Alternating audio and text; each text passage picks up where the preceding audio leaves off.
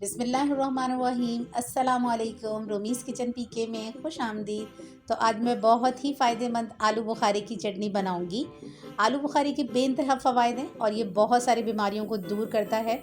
Blood pressure का मुस्तकिल रहना, नींद का ना आना, पुराने से पुराना बुखार जो हड्डियों में रह जाता है, हड्डियों में रहने वाला बुखार बेइंतहा तकलीफ़दा होता है।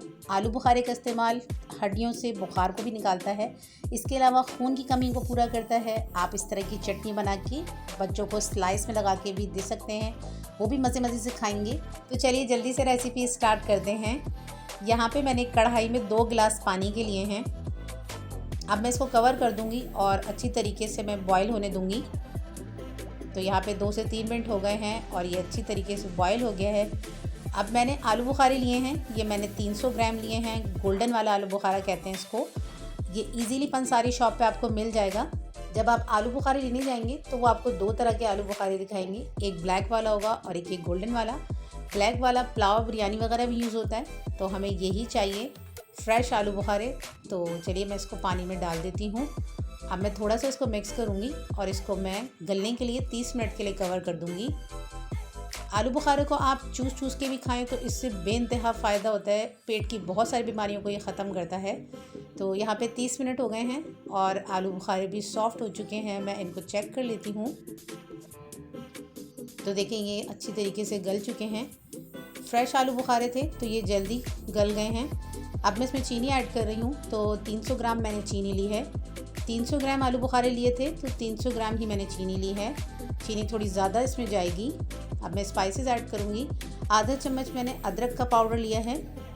अब 1 चुटकी मैं इसमें काला नमक ऐड कर रही हूँ। अब सफ़ेद नमक भी इसमें जाएगा, तो आधा चम्मच मैंने यहाँ पे सफ़ेद नमक लिया है। आधा चम्मच ही मैंने सफ़ेद वाला ज़ीरा भून के पीस लिया है। आधा चम्मच मैंने पिसी हुई लाल मिर्च ली है और 2 यहाँ पे मैंने टुकड़े लिए हैं दालचीनी के, ये खुशबू के लिए हैं। तो चलिए मैं इनको मिक्स कर लेती हूँ। तो इसको अच्छी तरीके से मिक्स करेंगे। तो यहाँ मुस्तकिल हम चम्मच चलाते रहेंगे क्योंकि चीनी हमने ऐड कर दी है तो ये नीचे से लगना भी शुरू हो सकती है। तो फ्लेम को मैंने यहाँ पे लो कर दिया है क्योंकि जितना ज़्यादा ये चटनी लो फ्लेम पे पकेगी उतनी ही टेस्टी बनेगी। तो चलिए मैं इसको कवर कर रही हूँ। तो यहाँ पे 45 मिनट हो गए हैं चटनी को पकते हुए। तो देखिए ऑलमोस्ट हमारी आलू बुखारे की चटनी तैयार है। अब लास्ट इंग्रेडिएंट मैं इसमें ऐड करूँगी, वो है सिरका।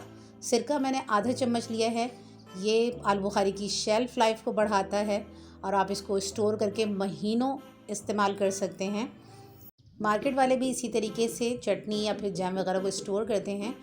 तो आप ये चटनी बना के एक दफ़ा स्टोर कर लें और पराठे में या फिर स्लाइस वगैरह में लगाकर इसको सर्व करें, बहुत मज़े की लगती है।